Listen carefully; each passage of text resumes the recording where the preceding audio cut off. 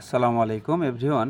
আমার আঙ্গুল দেখছেন এখানে এই কলমটি যে করা হয়েছে, তো সেখানে ক্লিয়ার কভার ঠিক নেই। সে কারণে এখানে যখন এই কলমটিতে যখন পানিতে যখন ভিজেছে, তখন কিন্তু এই রডটি কিন্তু ভিতরে কিন্তু জং লেগে গেছে। জং লাগার কারণে এই কলমটি আস্তে আস্তে এটা কিন্তু ড্যামেজ হয়ে যাচ্ছে। তো আপনাদেরকে আমি আরও একটু নমুনা দেখাই।